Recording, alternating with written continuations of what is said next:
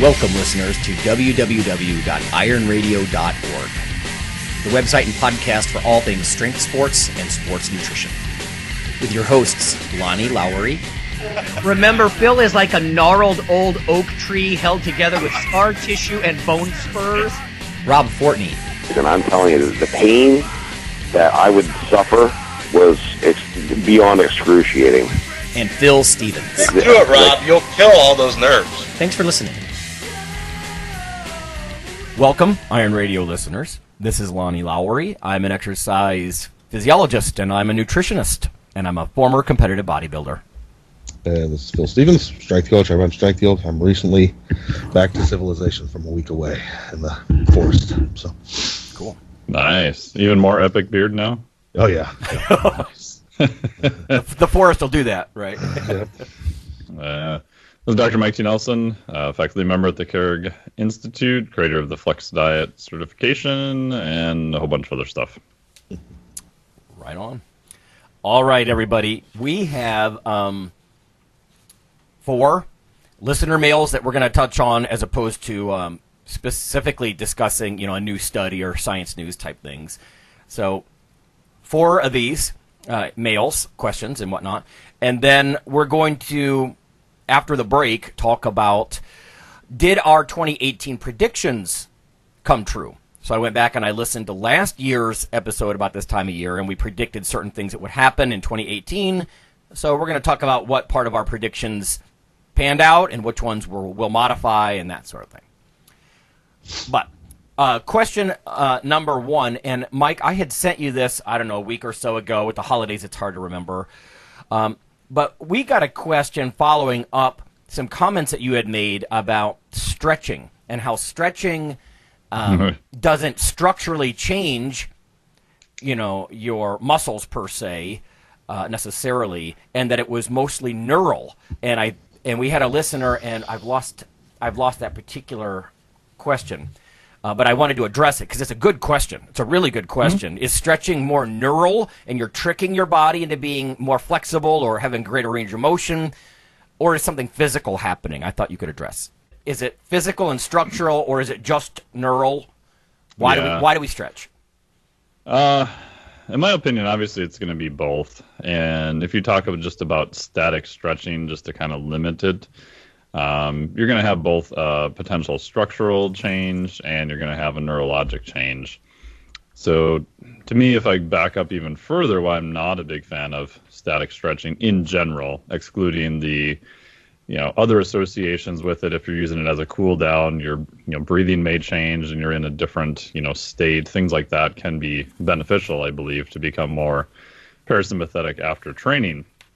But just static stretching alone, in essence, what you're simply doing is you're taking end range of motion and you're kind of waiting there for the, quote, muscle to become a little bit weaker, which to me seems like the opposite of what you would want to do. If you're trying to reduce injury and increase performance, I would actually want the muscle to be much stronger at an end range of motion.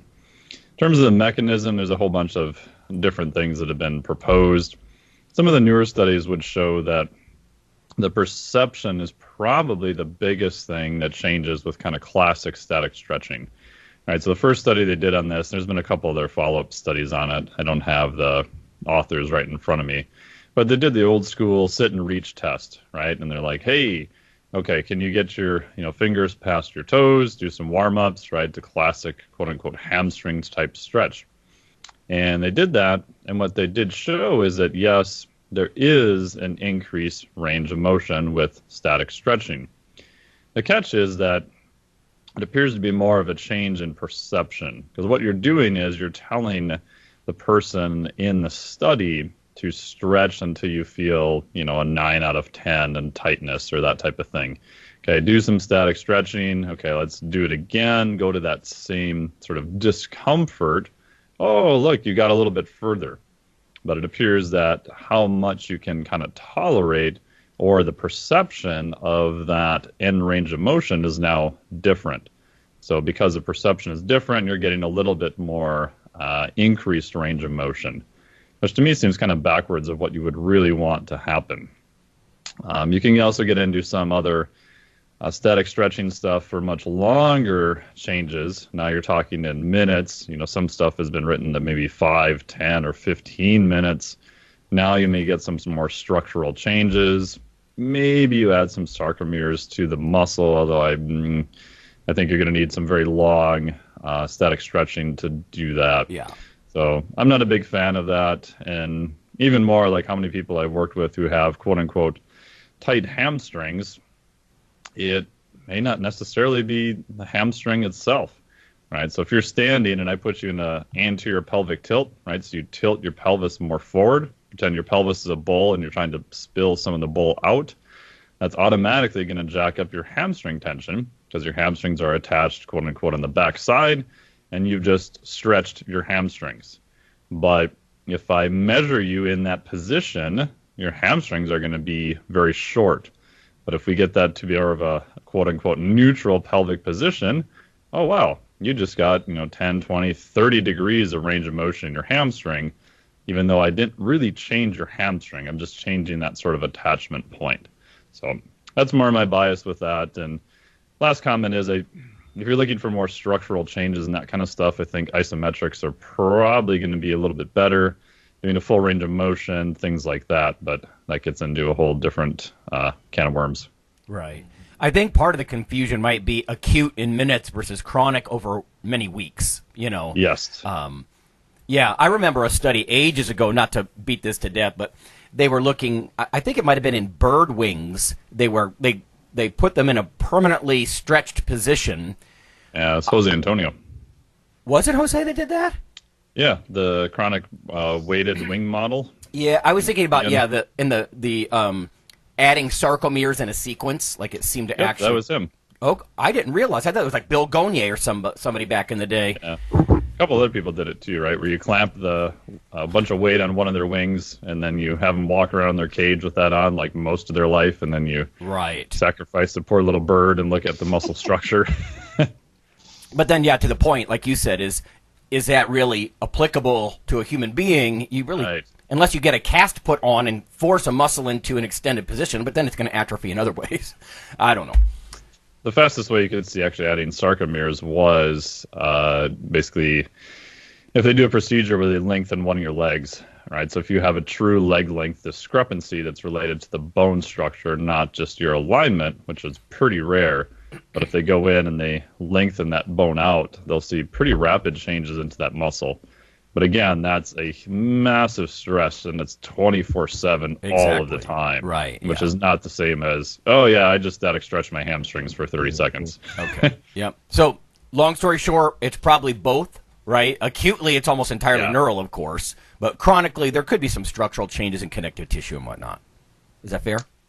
Yeah, I would agree with that. I just think there's other better ways to do it. Yeah. And what we know of the research, if you're going to take the time to do super long interventions, I think isometrics or other methods are going to be better. But even then, expecting someone to do like these super long isometrics of 5, 10, 15 minutes in some of the research studies is one study I think Matt Van Dyke was talking about was 20 minutes. It's insane. If you've tried to do it for even more than a couple minutes, you hate your life already.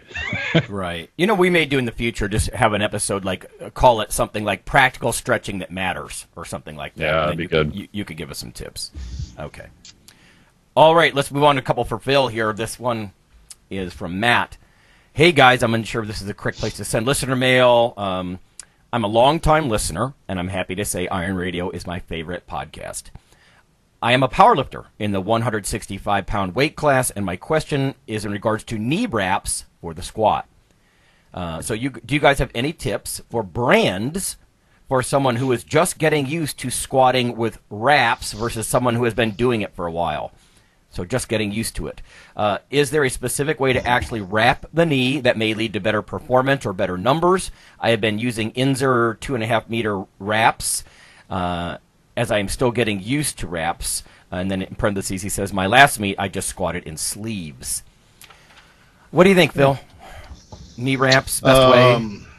Yeah, first off, we'll attack is there a specific way? There are 747 different ways to wrap your knees correctly. It's very, if you go there's videos from Ed Cohn, there's videos from Dave Tate, there's videos from, and they all do it a little bit different. So there are many ways to do it. The thing to figure out is the way that you can do it. What I would suggest is find a way that you can comfortably wrap your knees yourself, because one of the things, like with me, I wrap my knees myself all the way up to the meat, and then in the meat I have somebody else do it. That's one of those deals that generally I tend to enjoy making training harder than competition. So then when I get to competition, it seems like a break. So I wrap my knees myself all the way up to my last squats, and then I go on the meat, and it's like, hey, I don't have to wrap myself. This is great. And it makes things easier. So yeah. Specific brands, I would start out, I don't know what kind of ends or wrap he's using, but when I have people start with wraps, it's a very entry-level wrap. I think Enzer has red lines. Internet right at our fingertips. So Enzer should have some red lines, I think. Yep, they do. Enzer Power Surge red line knee wraps. They're really light. They're not much stiffer than like an Ace bandage.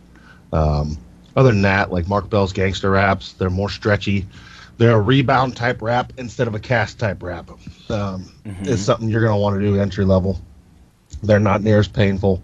It'll get you used to wraps.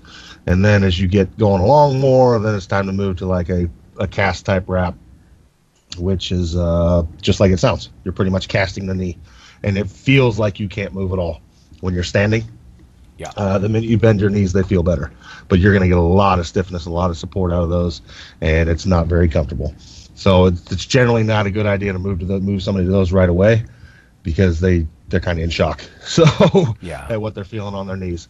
But that's what I would do, and then just get used to them. What I like now, I honestly wish I switched to squatting with wraps sooner. My knees are just shot, and they help my knees a lot. And it's not just in the squat, but with the heavy walkouts and things. The knee doesn't want to buckle and things like that. Like the last time I hurt myself was I decided to go ahead and walk out 650 and take it for a ride in just sleeves. And it wasn't the squat at all. I still made the squat, but I took my step back, and the knee kind of tried to buckle to the side. And I came back and hit the squat, but ever since then it was pretty sketchy for a few weeks, and then I just throw wraps on, and it solidifies that knee joint a bit more. For me, I'm old school, and like knee sleeves is a new category in powerlifting, and I wear knee sleeves in my training for lighter weights. But for me, powerlifting will kind of always be belts and wraps. It's what it's been for as long as wraps were around. Yeah. Yeah. So, and then they ended the new category. But I mean, it's up to you. But start with a stretchy light wrap. Get going with those. Once you get used to that, start stepping it up. I would wear them in your training anytime you're at 80% or so. Start getting used to them. Yeah. Yeah. And just go from there. Figure out. Watch a bunch of YouTube videos. Try out the ways they wrap them, and see what fits you the best. Being a 165er, he's going to get a lot of wrap. So, because I'm guessing his legs aren't huge.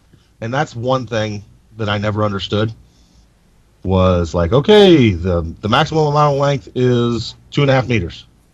And that goes for 98-pound women and 400-pound men. Right.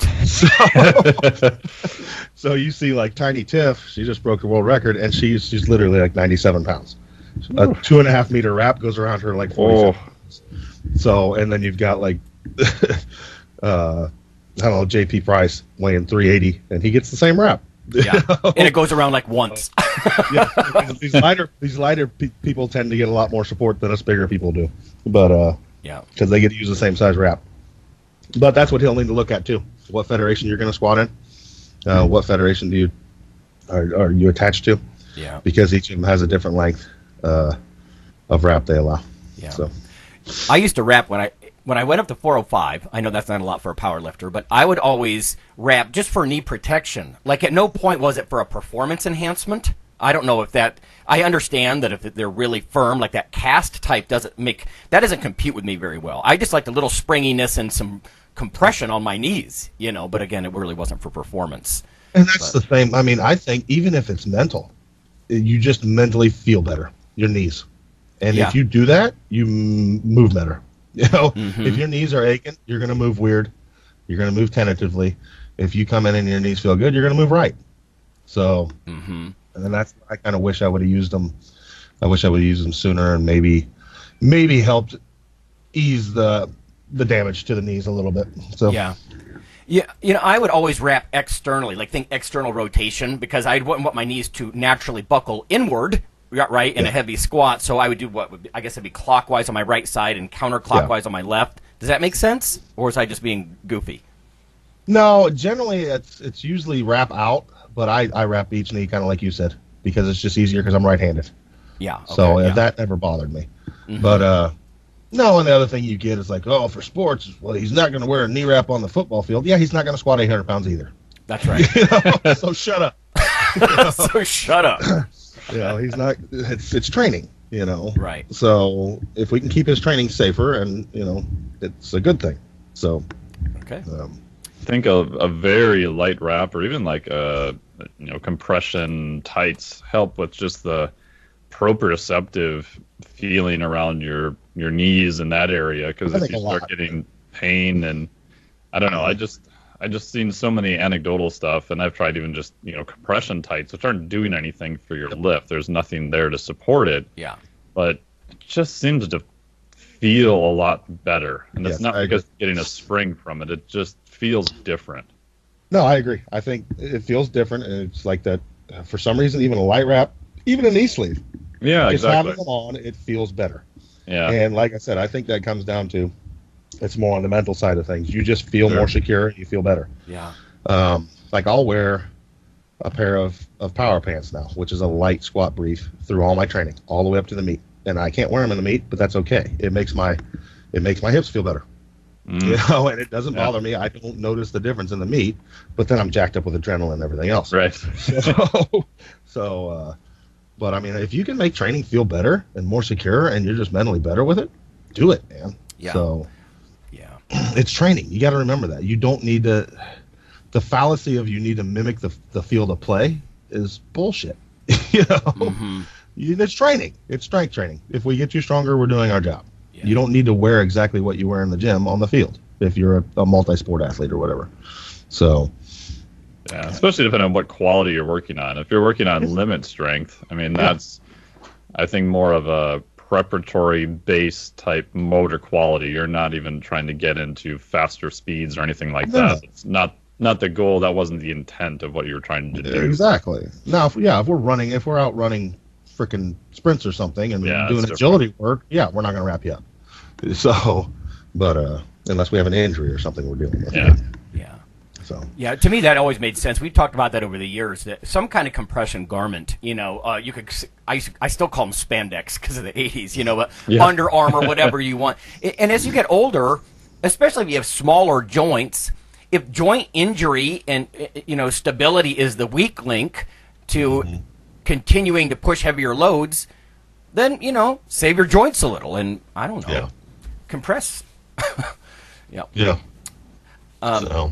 Okay.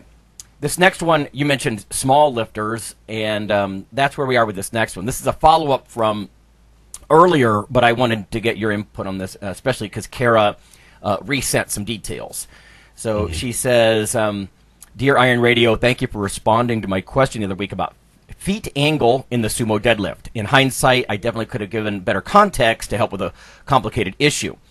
To help get to the heart of the sumo deadlift feet angle quandary, I am very small. Quandary. Yeah, so she's 48 kilos. So what's that, 106 pounds maybe? Yeah, she's pretty small. With a long torso and short legs with short femurs.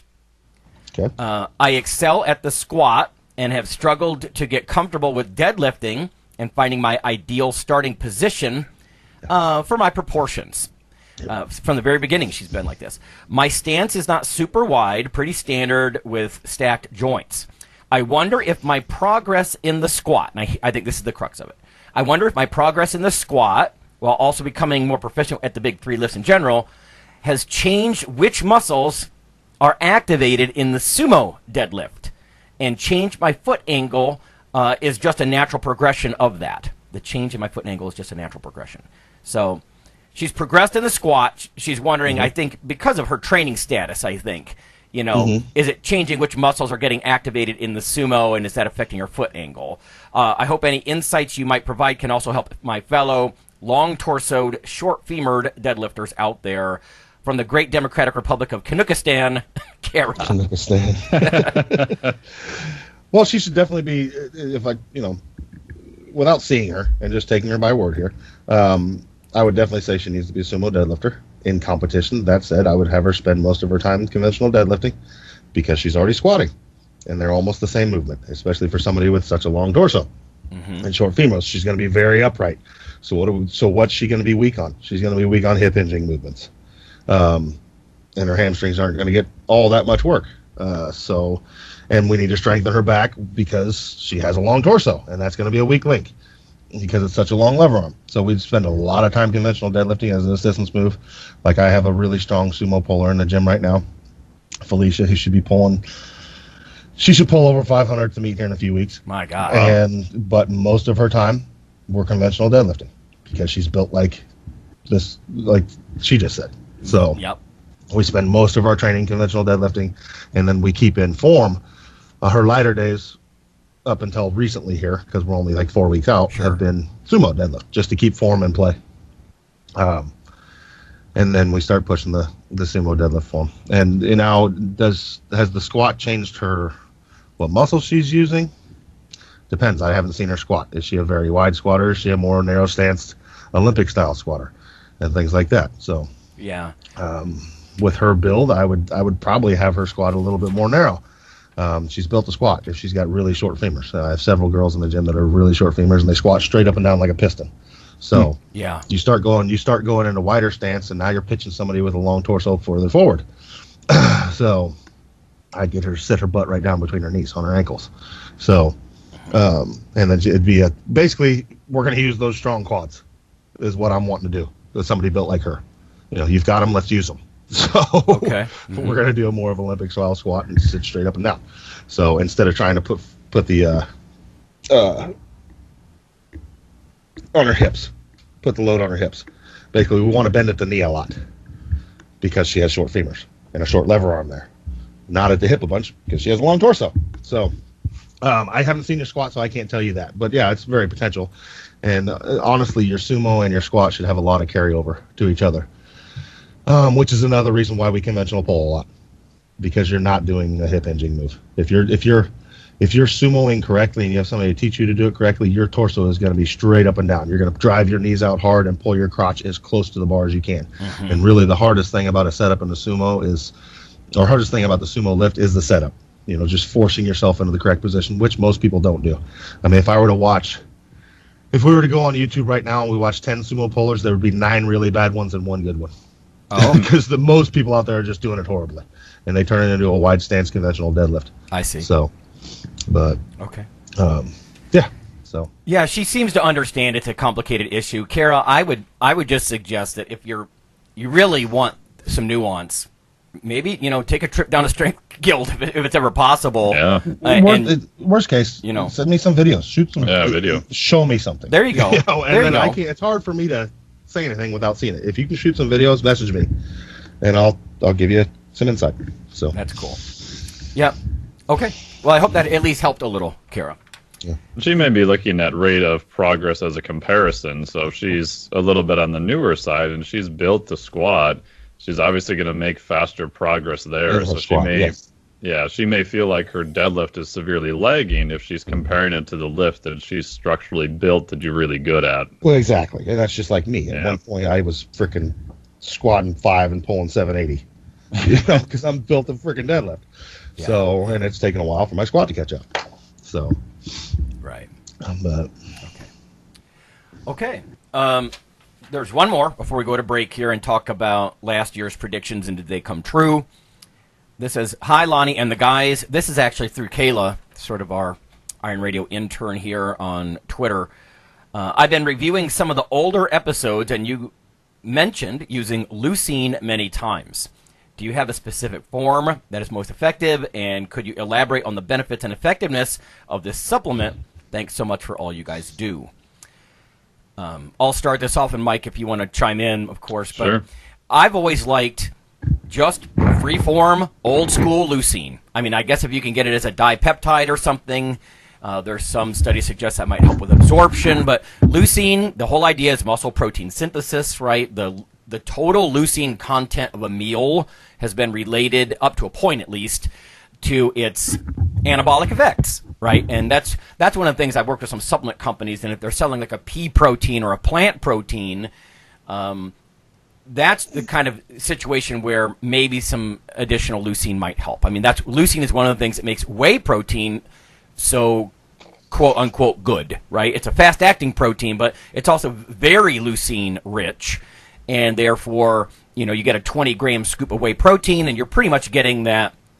I don't know what that is, 2.5, 3 grams of leucine or whatever, sort of that target dose, to max out your muscle protein synthesis. For I'm talking about young guys now, right? Older guys might need a little bit more.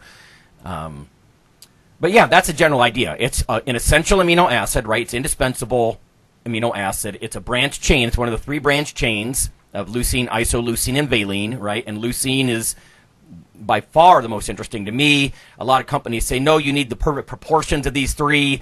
I don't worry about that. I just try to make sure I get, a fairly leucine-rich meal. And at least that's my sort of practical thoughts. Mike, any thoughts from you about maybe brands even, or anything?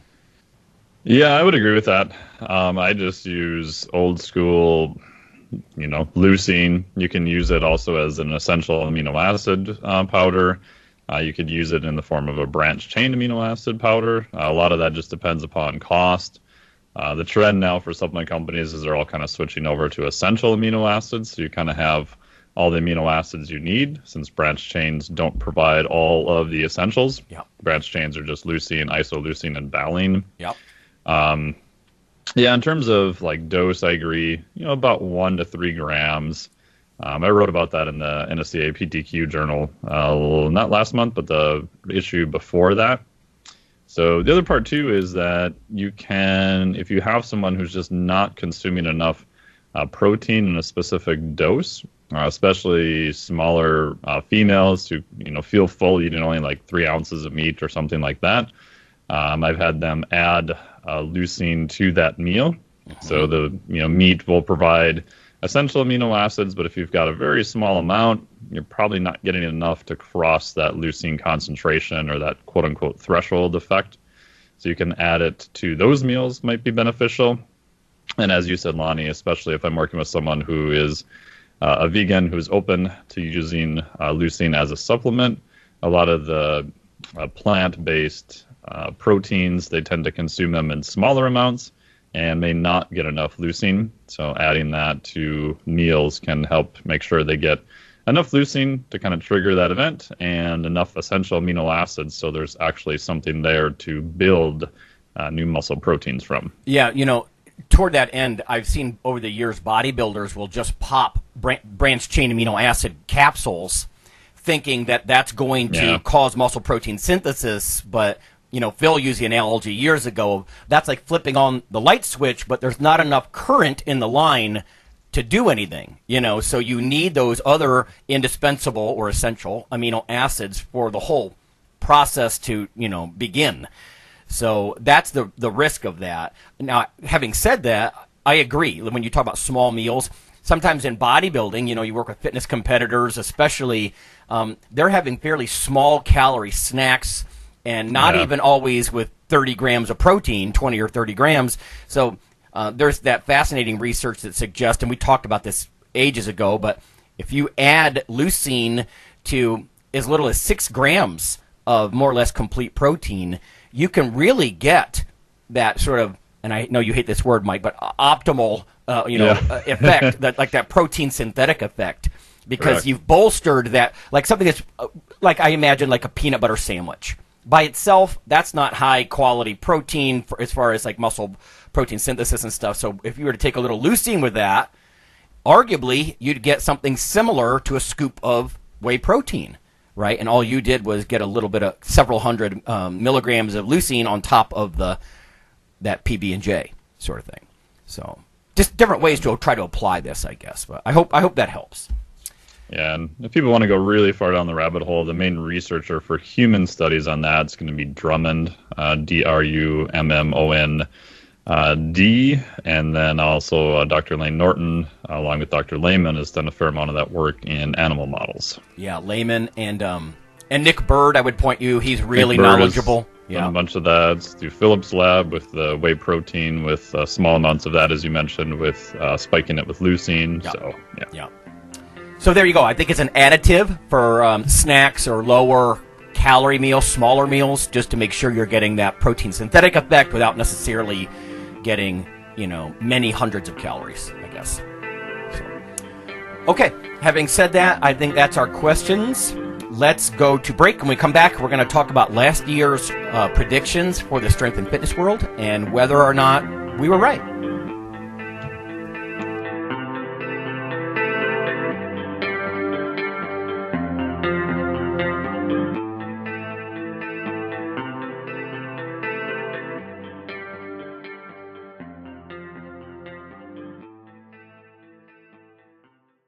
I can't stop feeling. Some of us don't understand how lucky we are to be living in this land. Hi, listeners. This is Rob Fortress Fortney. I'm here to remind you that as the holiday season approaches and your thoughts turn to giving, we like you to keep Iron Radio in your thoughts.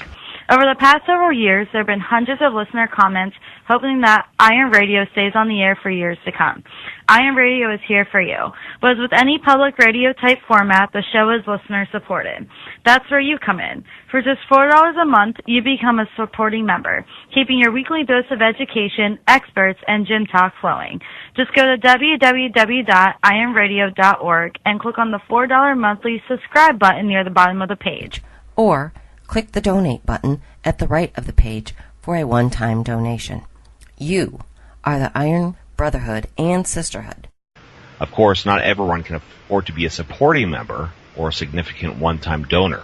But for those of you willing to pitch in, $4 per month or $50 just once, we're about to sweeten the deal. Become a supporting member or major donor between now and January, and a limited number of you will receive a gift worth over $20. And we will never forget our existing supporters. Simply email me via ironradio.org, and I'll send you a free seminar from Dr. Lowry on how to significantly and realistically boost your testosterone levels. Help your Iron brothers and sisters who cannot pitch in but deserve better internet programming in our sports. And happy holidays.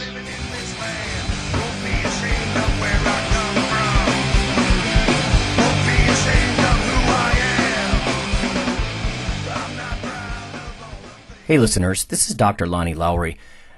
If you've ever had anyone critique you on your protein intake as part of your weightlifting lifestyle, oh, you poor meathead, all that extra protein is going to rot your kidneys or weaken your bones or dehydrate you or give you gout or who knows what. There is a book available. You could simply Google CRC Press and Lowry. And what I've done is reach out to experts all over the world and create a book, a single compendium that you can hold up and say, this is why I consume extra protein. This can be very valuable when you're being quote-unquote educated by various professionals on the topic. There's an enormous amount of literature in this book on the safety, the effectiveness, how protein works in cells, the history of protein and weight trainers, much more.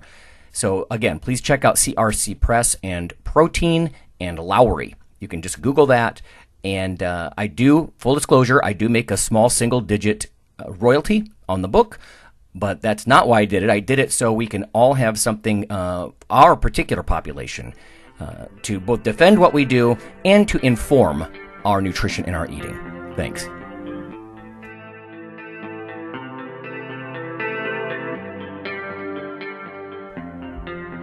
Iron Radio is, of course, primarily a podcast.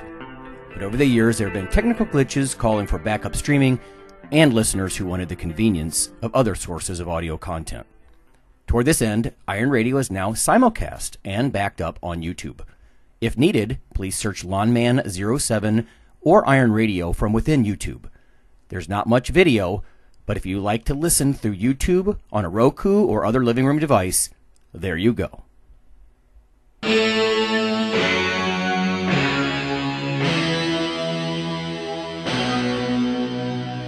Like your weekly fix of Iron Radio? In addition to being a popular institute on iTunes, we are also on email. Simply go to www.ironradio.org and sign up for the voluntary email. You'll get a once per week email, no more. That's little more than the show notes and a link to the audio. So go for it.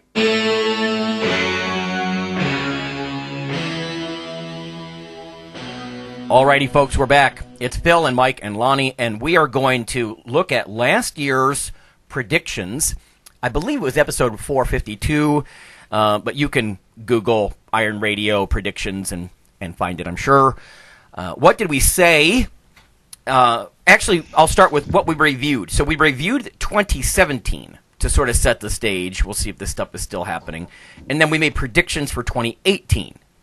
And now those predictions are going to become a review. This is confusing. So last year, we had summarized 2017 by saying a few of the following things. That powerlifting and bodybuilding were still niche sports. Phil said they probably always will be. Phil had noticed that throughout the year of 2017 and bleeding into 2018 that athletic culture sort of grew. A performance thing. It wasn't just about how people look, although Gen Pop is still pretty obsessed with that kind of thing, you know, exercisers and personal trainers. And Phil had noticed that throughout 2017 and into 2018, women were really embracing muscle mass and shape and big butts and that kind of stuff and strength, especially if they were geared toward it. You know, it just didn't make much sense that they would obsess over running and things like that. I had noticed that in exercise physiology classes, most of the students are actually women now, and that's a huge difference from 10 years ago. And then we also talked about like a weight class sports and how a lot of people misunderstand bodybuilding and powerlifting because you don't have to be some, 300-pound purple-faced, gassed-out bodybuilder, and you don't have to be some giant bearded ex-con from the Ukraine in powerlifting, such stereotypes I know. But so there's something for everybody in those kind of strength sports. Now, the predictions that those led to for 2018, we'll see if these happened. So, Phil, I'll set this up for you. You predicted that 2018 will be, quote-unquote, the year of the event. And then you kind of elaborated on the kinds of events and whatnot. Any thoughts on that? Did that happen?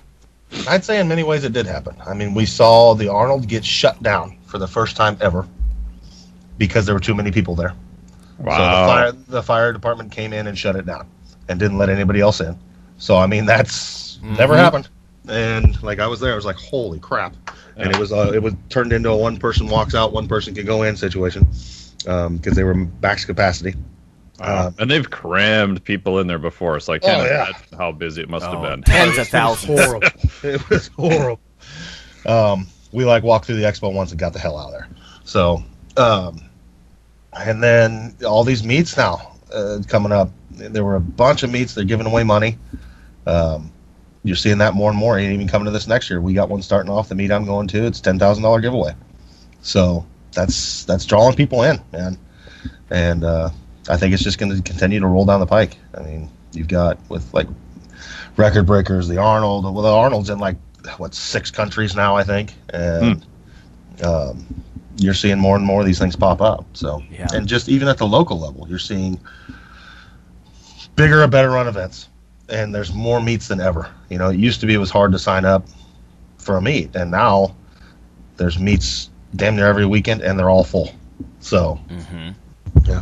What about you personally, like Strength Guild and whatnot? You guys have some multi-sport type of events you're involved with and all that kind of stuff, right? Yeah, and we're going to get back to some of that. We skipped the this is the second year. No, we skipped Strength Guild games 1 year. I'll be honest with you, I got really busy with having a new kid and things like that. Yeah. And we've just traveled a lot. So, I'm bringing 24 lifters to this meet next month, and I had a lifter at the American Open series, and then she went to the American Open finals, and had Brian down in Texas. He won $4,000, and we traveled a lot this year instead of doing a lot of stuff in house. So yeah, it makes sense. And yeah, so. Okay. Yeah, we're going to try our best not to launch into predictions for 2019. We're just going to look at last year's stuff and did it happen. Yeah. We can talk about predictions for the coming year later. But yeah, I mean, I think it did pan out fairly well, and I think it's just going to keep growing. I mean, I think a big reason the Arnold probably sold out, though, it was the 25th anniversary, or it was one of those big ones. Couldn't be 50, but I think it was 25th. And but I mean, stuff like that's getting more and more popular. So yeah, who would have ever thought? I remember back in the 90s, I went to the Arnold Classic when it was just called that, and it was in Veterans Memorial Auditorium, I think. And like the entirety of the expo was maybe, I don't know, a dozen or maybe 20 booths of just the pro bodybuilder selling clothes and supplements, you know. Yeah. And how different that has become, my God, you know. I haven't been there in years because I can barely tolerate it, you know. Too people-y. But yeah, the good thing about the Arnold is it's so big you don't have to go in the expo to see a bunch of neat stuff. Like we spent most of our time out in the weightlifting, which is out in the hallway in separate little rooms. So right, yeah, we didn't have to battle the huge crowds. I just went in there to visit friends. So that were running booths. So yep. If I ever go down there, it's going to be that maybe Iron Radio is partnering with some booth or something. You know, I need to have a reason to go down. Last time I was down there, I think I gave some kind of talk for the ISSN or something. I don't remember. Yeah. But yeah, if there's a more of a pull, it is kind of neat though to go. You know, just like you said, make your rounds through the booths, see what people are selling and how times are changing. You know, but it's so huge. With as low key as we are, man, we could pirate it. We wouldn't even have to get a booth. We could just set up in the hallway and just go at it. Pirate. Don't pay him anything. We're setting up right here. Right. Right. Yeah. We could just bring equipment to record, and the hard part is finding a place that's semi-quiet in a hole somewhere to actually do any recording. But outside of that, it would be true. Yeah. Yeah. Live on site recording would be fun. Yeah. Jody and I will be down there this year. A friend of ours, Adam Glass, is competing in the Arnold, so we're going to head down there to watch him and kind of hang out for the weekend. So I'll be down as well. I have to. Cool. I have to go every year because I had to promise Jim Wendler's wife that I'll take him out of the house and make him go to the Arnold. So that's my job every year is to force Jim to go to the Arnold for a little bit. Get him out of the cave. Yeah. Yep. So now, Phil, you had mentioned the explosive growth in women too, and what they're seeking. Did that pan out? Yeah, I'm going to go out on a limb and say like from 2010 to 2020 is like the decade of the woman. They are freaking killing it, and it's growing massively. The amount of women entering the sport is astronomical because I remember it wasn't that long ago, 11 years ago. I'd go on a meet. I remember I was shocked, went into a meet, and there was one girl lifting in a powerlifting meet. And now there's whole days, you know, this whole day is women, and it's amazing, and it's amazing how strong they're getting. Like you go to Record Breakers, all the records broken this year. So Record Breakers, what they do is they give money to anybody who breaks a world record. It was all women who broke world records. They're crushing it, man. It's amazing what women are doing. So there's money, right? There's money to be had for these women because these records are going to be broken. Yeah. Well, and I mean, I'll be honest with you. There's money for them in sponsorship too. Big hairy dudes don't sell things, you know. Only the other big hairy dudes, like you. And you know, so all these ladies get sponsorship and things like that. So, yeah, it's coming along amazingly well. I mean, we've got tons of women now, and we've always been women heavy, but there are so many women getting interested in getting strong and kind of losing that. You know, it's still niche, but there's a lot more women embracing being just thick and strong, and not a twig. Showing what their bodies can do, not you know, being 114 pounds of emaciated nothing at 6 foot. You know. Yeah. Yeah, it's amazing. So yeah, I'd definitely say that panned out for sure. You know, the trend. I was just too. For the last 10 years, if you're going to talk decade, is there's been a mass, like an exodus away from women's classic bodybuilding and toward physique and fitness, you know, figure. But there's like, it's the opposite trend with classic bodybuilding where you'll literally only see a handful, like count on one hand the total number of competitors in the bodybuilding division, so much so that a lot of the big events have just dropped it, because all the women are moving. And having said that, though, the physiques are arguably, similarly massive and hard at the sort of fitness and figure level, physique level. So it's not so much that women don't care about the aesthetic stuff in general. It's just that the connotations of supermassive giant traps, kind of bodybuilding, mass at all cost women stuff, that's really dissolved. There's just been this shift, And that was I'd say that was bodybuilding's fault. It's because of how far women's bodybuilding went. If you look at women's figure today, it's what women's bodybuilding was 20 years ago. Right on. Yep. You know what I'm saying? And that's what drew them in. So, I mean, there's not many women that want to be a 230-pound dude with boobs. Yeah. Right? I mean, yeah. They're really not. Yep. Now, having said that, I mean, you could say, so there's no interest in that anymore. No, it's all shifted, right, in how we define it. Because, like you said, the physiques are actually pretty similar, more streamlined, but still very muscular, very hard, but not in the bodybuilding, like mass, take up more space kind of idea, So. Mike, let's go to what you predicted, a couple of things. One thing you said was that ketogenic diets will stay near the top of specialty diets in popularity. Do you think that happened? Yeah, I think so. I mean, I tried to pull a little Google search terms on that, but I suck at doing all that stuff anyway, so I don't know if I even did it correctly, but it looks like it kind of sort of peaked towards the middle of last year, and it's kind of coming down a little bit. Based on the questions I get, like the two biggest questions I get now still are, one, should I do a ketogenic diet? Two, is CBD going to cure XYZ and everything else under the sun? Those are like the two I've gotten the most in the past month. Mm-hmm. So I think it's still pretty popular. I think it's probably going to stay that way for a while, especially now as supplement companies have really gotten on board the different types of ketogenic salts, BHB salts, things of that nature. Yeah, not so much on the esters because they're starting to taste a little bit better, mostly just because of cost and everything else. So with that pushing it, you're probably going to see it stay pretty popular because now there's a way to make more money off of it and not just selling, diet plans and coaching and things of that nature. And the one gym I go to every once in a while, the Dr. Oz is on the TV in the background, and a couple times I've seen ketogenic stuff pop up on there. So it's becoming more in the mass media now, and I think it'll probably stay pretty trendy.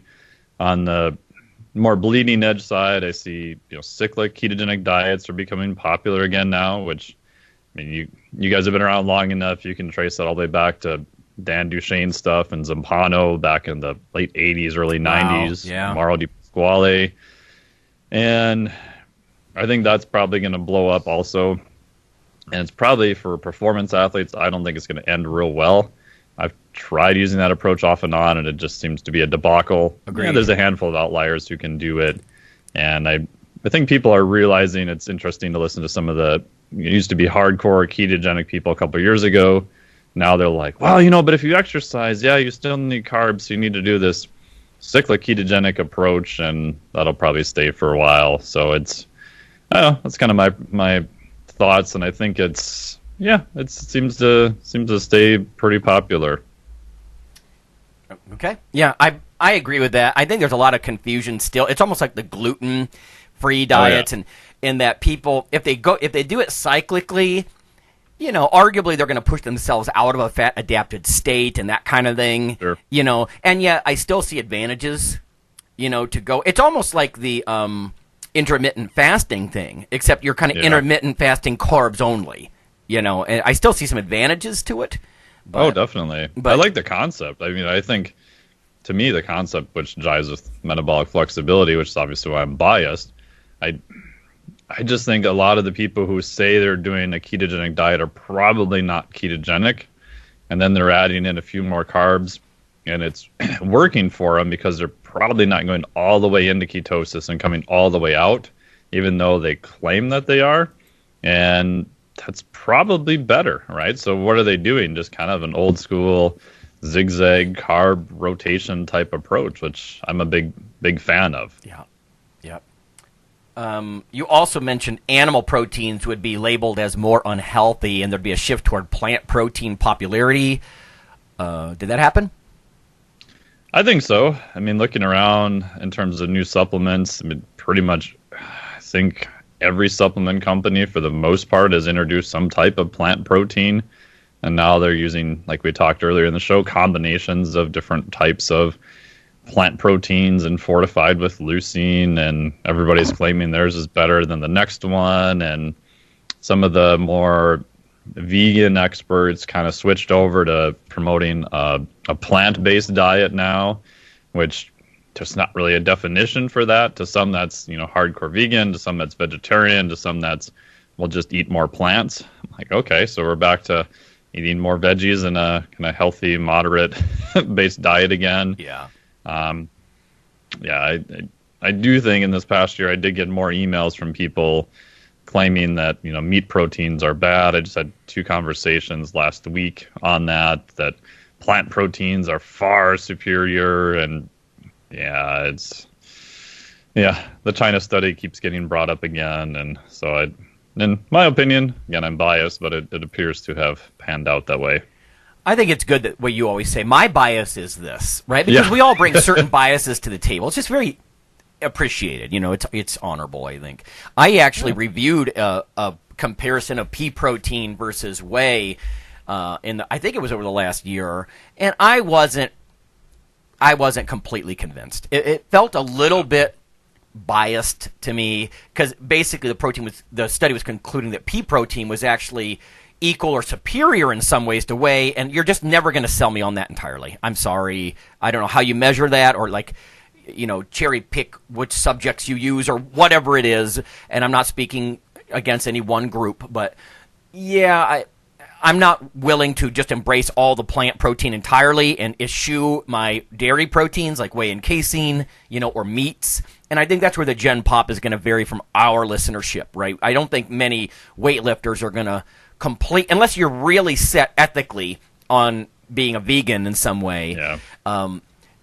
I just don't see us completely, saying, no, meat's bad, whey is bad, not our subculture, So yeah, and I did a whole short review on that for the NSCA Personal Trainer Quarterly last month. So people, if they have access to that, they can pull that up. And yeah, similar to you, it's funny the feedback I got. My conclusion was, hey, if you want to include more plant proteins, or you have ethical reasons or religious reasons why, then that's great. You probably need a higher dose, and here's some ones that are going to be more beneficial.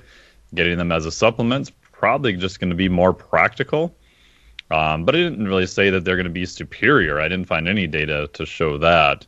And even then, the emails I got were, some people were like, no, you didn't go hard enough. The plant proteins are far superior. And then I got the opposite of, how can you say that plants are superior to proteins? It's like, these people even read the same article I wrote? Because it was like 2 completely different responses. So right. Even reviewers will do that to you. Like, did you even read what I just submitted, bro? There was reviews on it was good points they brought out, but it's pretty brutal. Yeah. A couple of years ago, I did a thing on protein for the Strength Conditioning Journal, and then just December, like right now, the ISSN dietary supplement, like broad sweeping dietary supplement manuscript came out, and I was part of the protein section of that. And, and again, sort of reiterating a lot of these things. I think one of the big trends with proteins in general, plant or animal, is there's been quite a bit of focus on older people and that concept of sort of anabolic resistance and, and that kind of stuff. That's been one of the things to come down the pike, which, if anything, encourages more protein, not less. Correct. So interesting stuff. Just to wind down, there were a couple of predictions that I had made, and I think all of us really. One was that CRISPR gene editing will grow, and that is very true. I don't think it actually dominated athletics to the point that you hear a lot of like CRISPR doping yet. I think that might be a couple years off. But WADA, right, the World Anti-Doping Agency, they do meet every year to discuss gene doping because it's real. But CRISPR being in the news a lot, that did in fact happen quite a bit. I mean, editing specific genes. There was even this stuff about the CRISPR-edited babies that were born in China, and very controversial, right? Because here we go, we're not just editing a pea plant or a coffee bean, but a human being, and it purportedly happened, and so it brings up a bunch of ethics and whatnot. And then stem cells and how they will affect injury repairs. I think we're going to continue to see that, but again, did that happen this past year?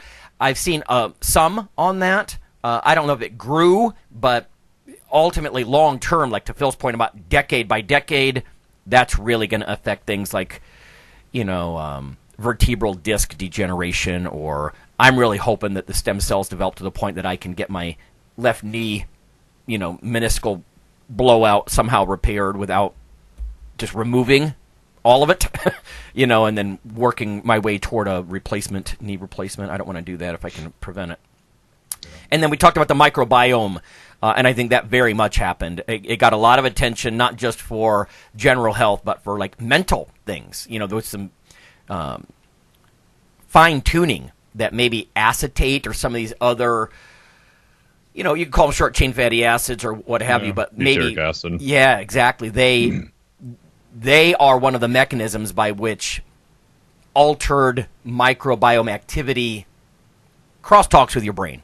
And can change fogginess and mood. And we talked a little bit this past year about overgrowth, intestinal overgrowth of bacteria and that sort of thing, and how it may lead to fogginess, brain fog, those sorts of things. I think that did, in fact, get a lot of attention, the microbiome. So, as far as the coffee studies, it's funny to listen to what I was saying before. I was talking about we're working toward presenting some research on coffee and epinephrine and presenting it in Europe. And we, in fact, did that in Dublin. So that came to fruition.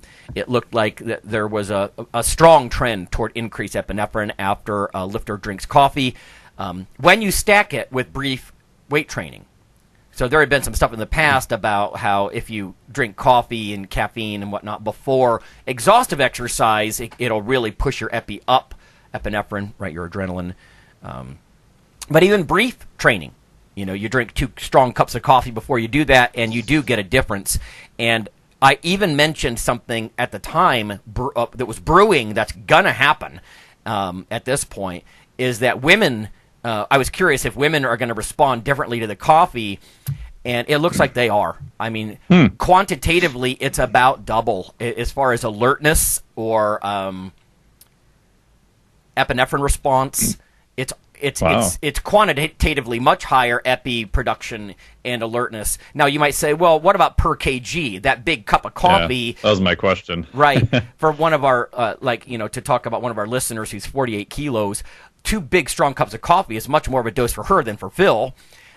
So we co-varied for body mass, and there are still trends in those data. And I think it's because something I had alluded to a year ago, which was women's livers, that whole P450 kind of cytochrome activity, it's busy breaking down estrogen in women, so it doesn't give its sole attention to the caffeine you just consumed. So they actually, there's 2 papers I've seen at least about higher caffeine concentrations, because, again, men's livers can focus entirely on the caffeine you just consumed and break it down more aggressively, and the women's livers are busy dealing with estrogen, either from the pill or natural estrogen production.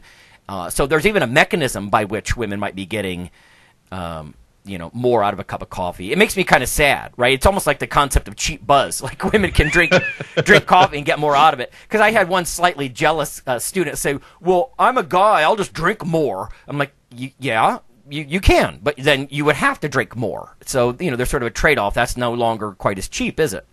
So some of that. Have you compared that yet to coffee standardized for caffeine to just like an anhydrous caffeine to see if it's the other polyphenols and things in coffee, or is it just no. think a caffeine dose. No, but that's a very good point that we're going to have to bring up. That coffee is not just liquid caffeine, right?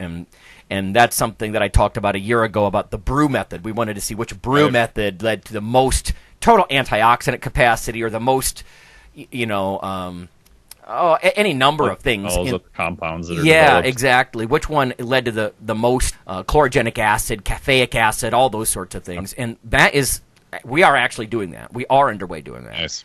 So that'll be fun. And, of course, not to be remiss, our coffee tasting project that I was talking about through Iron Radio, we had about 50 respondents. Those packets, if you signed your NDA and you got it back to Kayla, she is sending those literally in the next 2 weeks. So look for those, and then it'll explain a lot more what this brew method invention will do. And a hint for everybody, it's actually related to some of the things we discussed in this episode today. So that'll be fun. You haven't been forgotten, and those envelopes are coming out. Now, the people in Ireland or Europe or God knows where, Africa, those might take longer to get to you. But the domestic ones should arrive, I'd say, in the next couple of weeks for sure. Anyway, just so you know, you haven't been forgotten. It's going to be a fun way to learn something while you help us out with a little invention. Okay. Well, awesome. we are at 1 hour. I'll see you guys next week. All right. All right. See ya.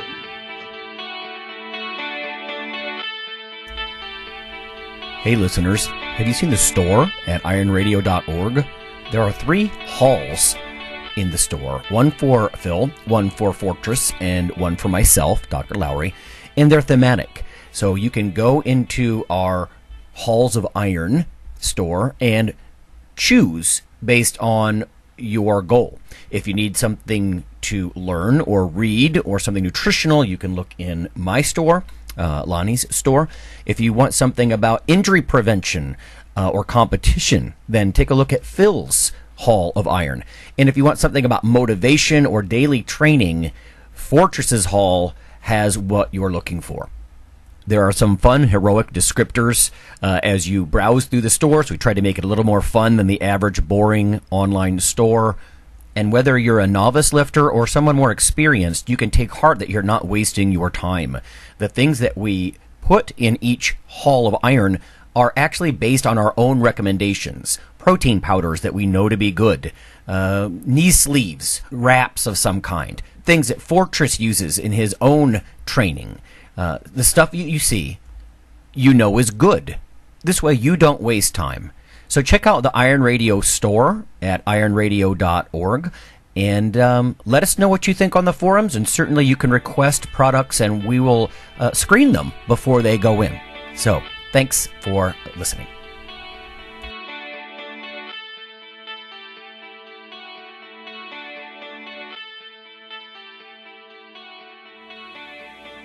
Iron Radio is accepting donations. If you like what we do, the professors, the scientists, the bodybuilding show promoters, the athletes themselves in powerlifting and bodybuilding, please consider making a donation or maybe buying something from the ironradio.org store. We also are accepting supporting members. So for $4 a month, which is frankly less than the bank sneaks out of your account in fees, you can step up and support a form of sort of public radio for the bodybuilding and powerlifting and strength community. The Iron Radio podcast and all of the audio on ironradio.org is for informational purposes only. If you're interested in starting a diet or exercise program, it's important to check with your physician. Also seek the help of registered dietitians, athletic trainers, and qualified exercise physiologists in order to make the progress that you need.